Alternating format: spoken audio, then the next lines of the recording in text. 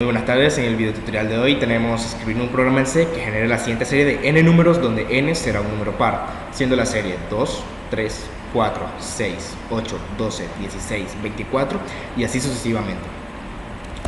Entonces, para la ejecución del programa tenemos la librería principal, que sería stdio.h, la función principal del programa, que sería el main, y empezamos con lo que sería la definición de nuestras variables. En este caso todas son enteras. El num, que será un número ingresado por teclado, dos contadores, uno que va a controlar la cantidad de impresiones que realiza el programa y la otra la cantidad de impresiones que hace por cada valor añadido, por así decirlo.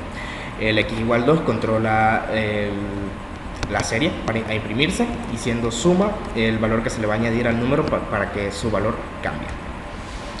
Tenemos la lectura del primer número. En caso de que ese número sea impar, deberemos leerlo nuevamente y no va a salir de ahí hasta que sea un número par. El primer número de la serie siempre va a ser 2, independientemente del número que leas. Por lo que, para ahorrarnos tiempo, la primera impresión será el número 2. Luego tenemos un ciclo de repetición for. En este caso, nuestra variable de control será cont p, que es la que controla la cantidad de impresiones, inicializado en 1, y el ciclo se ejecutará mientras el contador p sea menor o igual al número que hemos leído.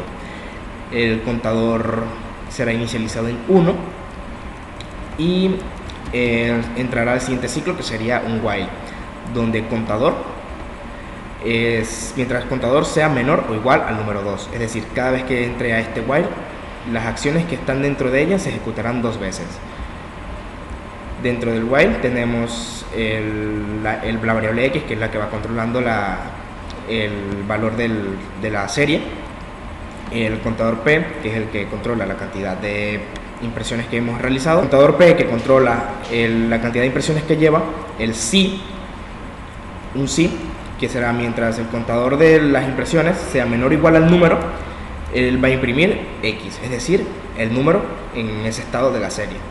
El contador más, o sea, la alteración para la siguiente ejecución del ciclo. Cuando él sale del ciclo while, él deberá alterar el valor de suma para que porque la serie tiene un cambio constante en cuanto se suma. Y ahí termina el programa. Cuando lo ejecutamos y pedimos el límite de la serie, en este caso sería 8, él va a imprimir los 8 números dentro de la serie, siendo 2, 3, 4, 6, 8, 12, 16 y 24 los números que corresponden a una serie de n números, en este caso 8. Problema número 2. Escriba un programa en C que reciba como entrada 10 números, introducidos todos por teclado, y nos imprima cuál es el promedio de números impares y el promedio de números pares. En caso de que el número leído sea negativo, aplique el valor absoluto, no tomar en cuenta el valor 0. Ok, aquí esta será la resolución a este problema, explicado paso a paso por mí, y la segunda parte explicada por mi compañero. Ya con la librería y el void main puesto, empezamos con lo primero que se debe hacer con cualquier programa: la declaración de variables. Tenemos num, x, contador impar, contador par, suma impar y suma par. Estos todos declarados como entero. En la segunda parte tenemos lo que es la declaración de float, o para aquellos valores reales, que serán el promedio de impar y promedios pares. El ciclo de repetición que utilizaremos primero será un ciclo for, inicializando en 1 la variable de control x, en donde x sea igual a 1, x mientras sea menor o igual a 10, y incrementando de 1 en 1 a x. ¿Por qué menor o igual a 10? Porque en el problema nos pide la entrada de 10 números. Asimismo, vamos a imprimir, para que el programa sea mucho más amigable, el mensaje de ingrese un número.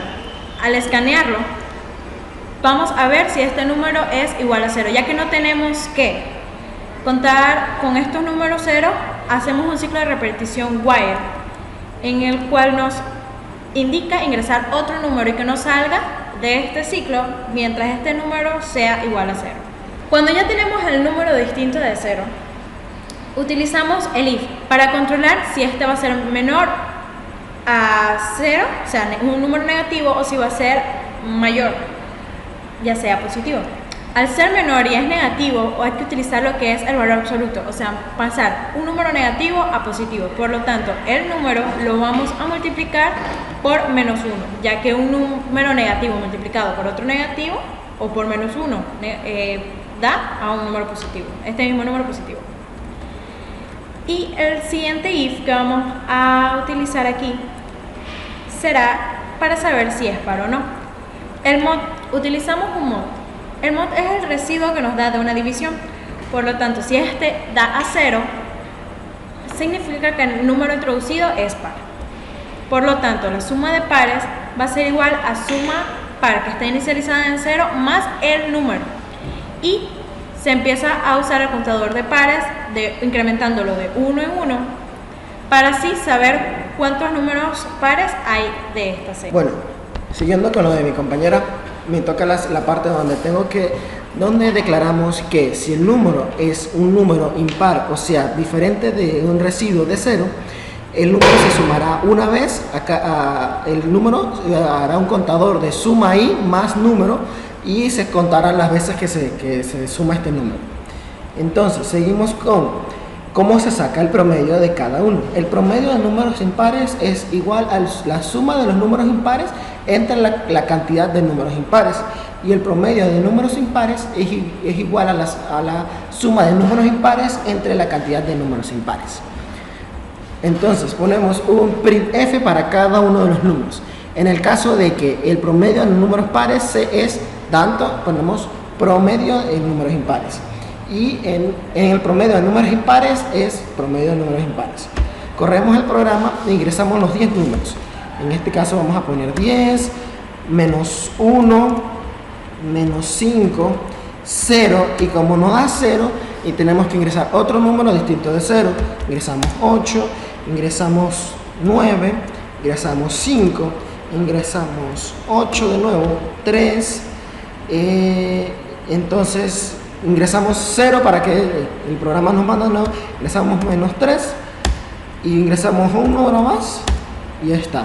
El promedio de números pares es 8 y el promedio de números impares es 4. Esto se da que como pusimos los números negativos, los cambiamos a positivos y siempre nos da un número positivo, y como no nos deja ingresar un número de 0, siempre tiene que ser un número entre los números que sean distintos de 0.